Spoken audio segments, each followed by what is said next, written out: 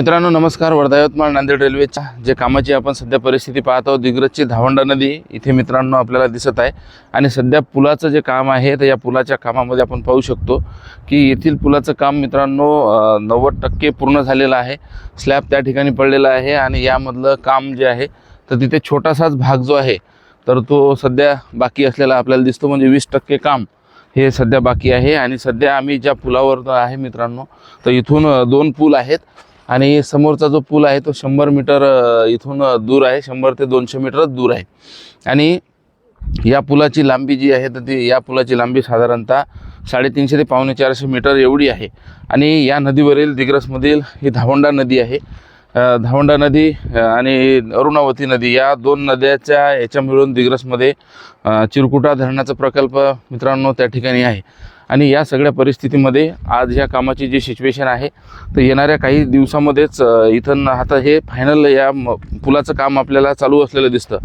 कारण त्या दिवशी आम्ही पाहिलं पुसद उमरखेड त्या भागामध्ये तर ते छोटे छोटे पूल आहेत, म्हणजे या पुलाची जर आपण हाईट बघितली तर ही हाईट मित्रांनो खूप जास्त आहे, म्हणजे नदीवर असल्यामुळं। आणि या परिसरामधील दिग्रस ते दारवा हा जो मित्रांनो साधारणतः 35 किलोमीटरचा रेल्वेचा ट्रॅक आहे, तर यामध्ये सर्वात मोठा पूल म्हणजे यवतमाळपर्यंतही आपण म्हणू शकतो तर तो अरुणावती नदीवरील आहे। कारण अरुणावती जे एक चिरकुटा डॅम आहे त्या डॅमचं बॅकवॉटर तिथं येतं, म्हणून ती नदी पण मोठी आहे। कारण ही पैनगंगेची उपनदी म्हणजे अरुणावती नदी आणि अरुणावतीची उपनदी म्हणजे आपली ही दिग्रजची धावंडा नदी। तर या सगळ्या परिस्थितीमध्ये आता हे पूल मित्रांनो फायनल झालेलं आहे आणि याचं अंतिम अलाइनमेंटचं काम जे आहे तर ते आपल्याला चालू असलेलं दिसतं।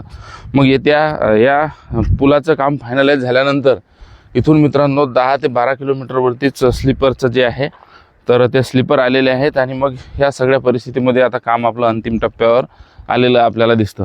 तर ह्या सगळ्या परिस्थितीमध्ये 285 किलोमीटरचा आपला ट्रॅक आहे। नेहमीच सांगतो तुम्हाला, आता जे आपले व्हिडिओ पाहतात त्यांना पाठ पण झालं असेल। तर ह्या सगळ्या सिच्युएशनमध्ये मित्रांनो आज ही आपल्याला कामाची परिस्थिती अशी असलेली दिसते। यामध्ये एकूण 27 रेल्वे स्टेशन असणार आहे आणि त्या 27 रेल्वे स्टेशनपैकी दिग्रस तालुक्यातील जे स्टेशन आहे मित्रांनो तर ते हर्सूल इथे असणार आहे। आणि दुसरं जे आहे ते बेलगव्हाण इथे।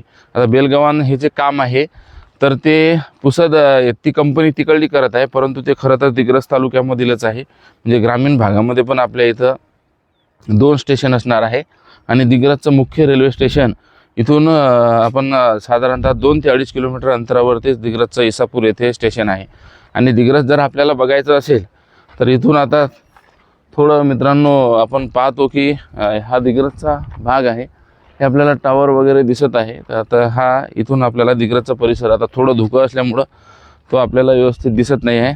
तर असं काम मित्रांनो आता आपल्याला हे फायनलाइज अंतिम टप्प्यात असलेलं दिसतं। आजचा आपल्याला व्हिडिओ कसा वाटला, तो आवडला का, आपल्याला हे व्हिडिओ आपले आवडतात का? जर आवडत असेल तर निश्चितपणे एक कमेंट करायला विसरू नका आणि एक लाईक शेअरचं पण बटन साईडलाच आहे, ते पण आपण लाईक आणि शेअर करा। धन्यवाद।